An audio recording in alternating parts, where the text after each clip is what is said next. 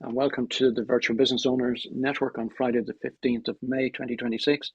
And we have Chris Wheeler of Let's Rock, a journey, and that's part of, it wasn't quite a rebrand, but it was the rebuilding of our website and the reason why. And this is part two of it. And as you can see, the title here, a blueprint is not a document, it is a decision in writing. Okay, Chris, take it away. Thank you. Thank you, Alex. So good morning, everybody. Last week, we started talking about the reasons why we decided to reinvent Let's Rock after 4 years in business. And the basics of it were that we thought we were reaching the wrong audience with the wrong messages. And in order to validate that, we carried out some pretty deep research. And what we were talking about last week was all the elements, including what we're going to talk about this morning in more detail, which is the PRD, or the product requirement document that went into actually making the new Let's Rock website. So I'm going to run you through everything this morning.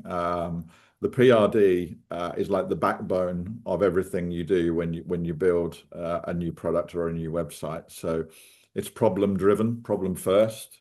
It's data centric.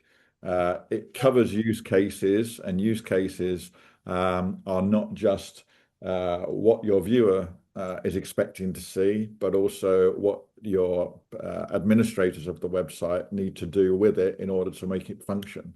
And that's a really important point. A lot of people are thinking about how their website's going to look to the outside world without thinking about the users that are going to actually run the operation on a day-to-day basis.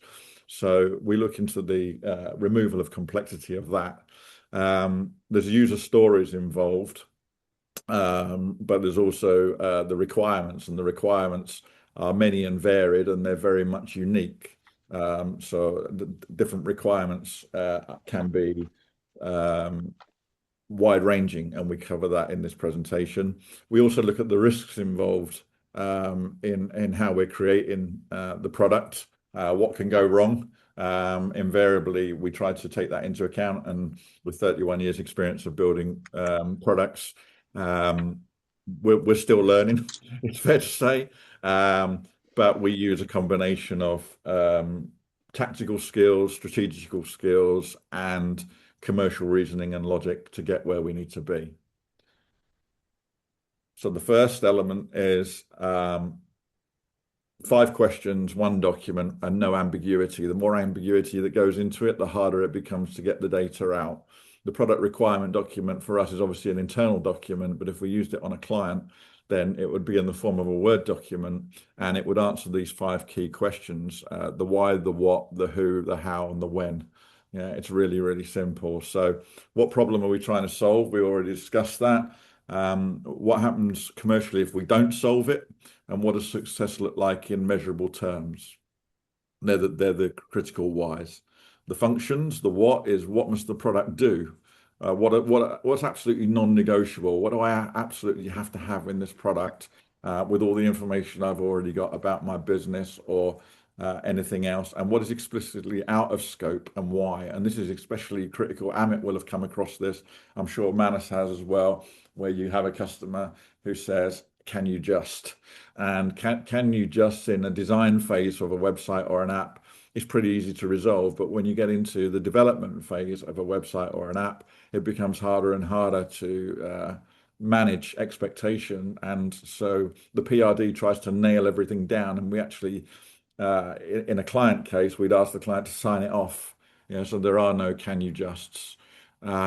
Looking into the target group, we want to understand who it's built for, what do they need to do when they get there, and what's going to make them actually leave before converting. The biggest problem you've got is actually not getting somebody to your website, because there are various channels to do that. But it's actually how do we keep them there? How do we keep them engaged? And actually make sure that our calls to action, things that we want them to do, are carried out. The technical aspects, from a client perspective, we try not to get into that in too much detail. It's really simple, actually. We want to please the search engine. We want to please the viewer. Pleasing the search engine means creating a great structure of a website or an app.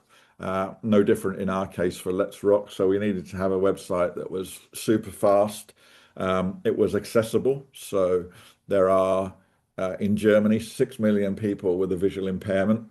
We had to take that into account in terms of how does it actually look on different browsers? How does it look on mobile, desktop? Actually, also on smart TV, we've got 9 million users on smart TV in Germany. So that's a completely different browser process. So we look at that. LLM readiness, well, LLMs are the large language models. So they're obviously for AI, ChatGPT, Claude, those kind of things.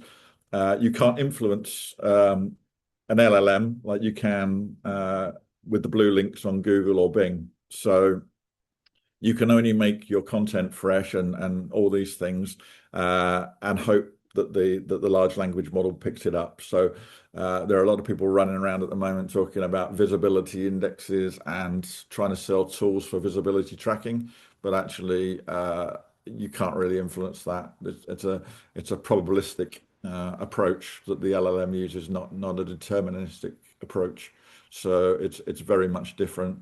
And ultimately a roadmap. So the roadmap is what is the sequence of events. So we started off with a planning phase in our case, which was 4.5 months long, collecting all the information, the assets, the data, and then looking at, how do we start to build it, created our own PRD, and then what does the basic MVP look like, the minimum viable product. Yeah, so we don't put everything out at once. We put it out there as a beta test almost, and then we're testing and measuring. And Let's Rock has been live for 4.5 weeks, and I think I've changed it 3 times at the moment, either with people's insights or data or a combination. So we have that built into the scope.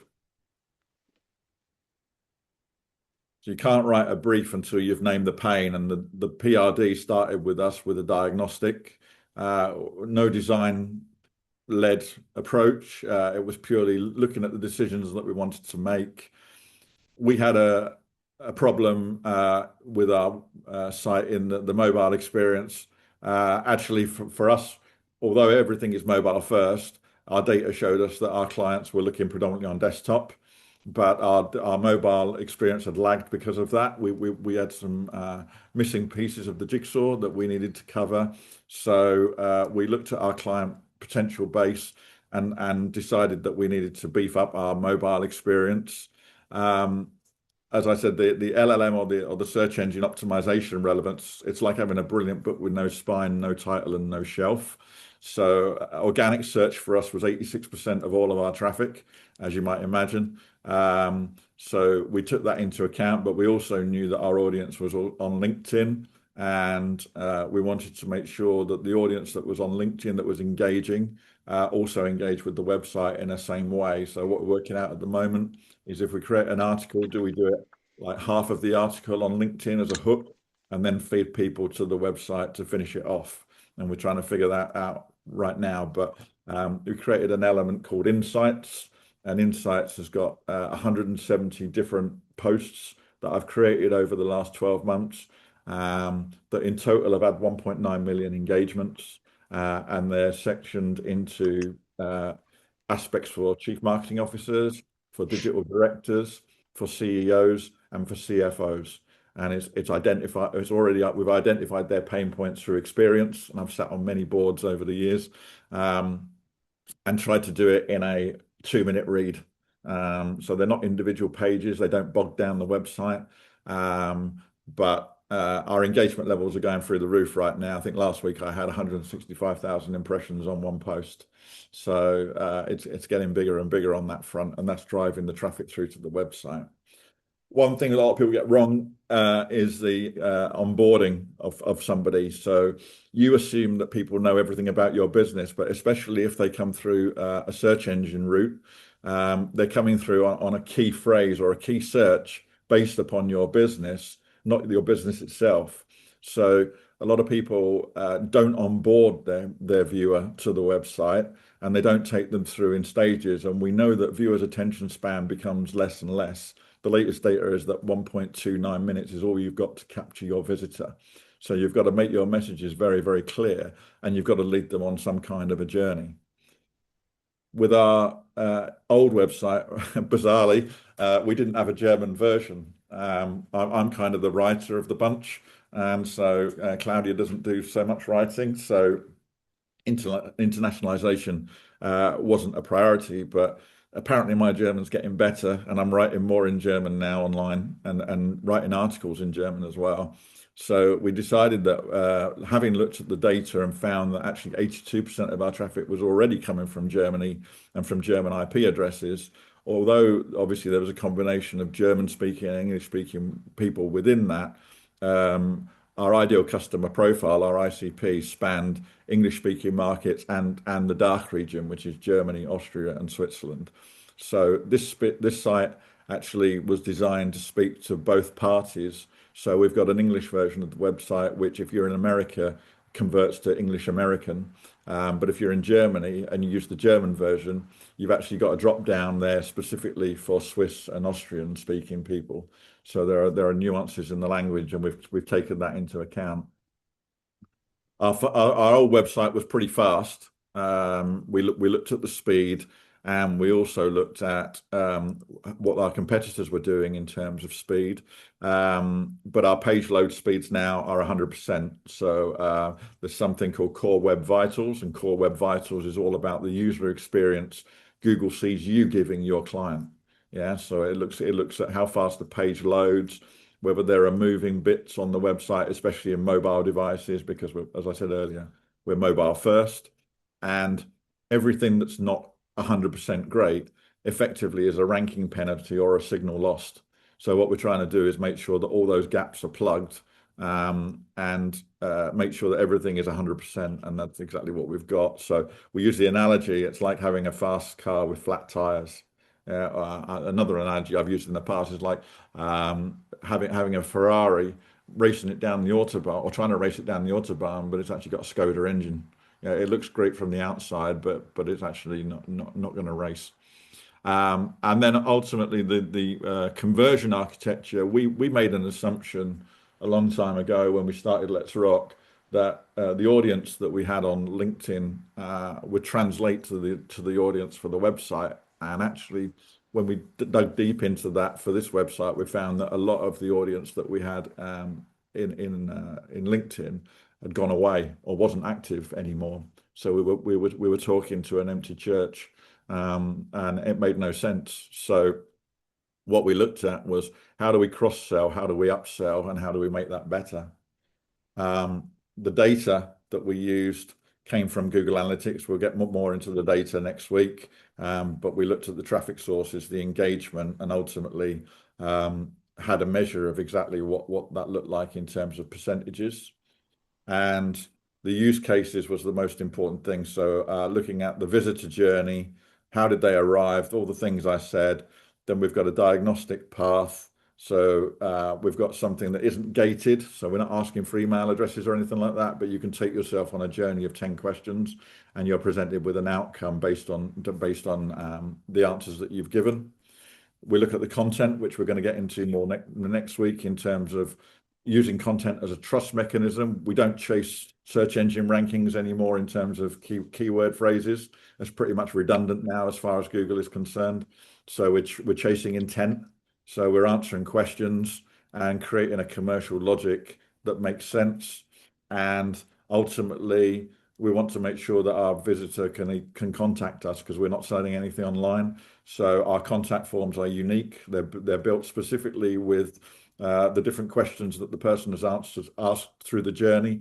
So there's an emergency contact which highlights, and basically once they've filled in the steps, there's a personalized email that comes to them and comes to us and tells them what the next steps are, and also gives them some fresh insights that takes them back into the website. And the logic of this is that every PRD decision has a revenue consequence. So we identify a problem, we look at the requirements in the PRD, we map the user cases, so how the user arrives, the pain that they've got, and we talk to them in that language, the technical requirement of the search engine and the viewer, and ultimately the commercial outcome that we want. And so basically that's it. And we end up then with something that starts to form the basis of our website, and we can move into the next steps, which is next week. We're going to talk about how we create the content, how we put it all together, and how the build comes together. Thank you very much, Chris. Very insightful. And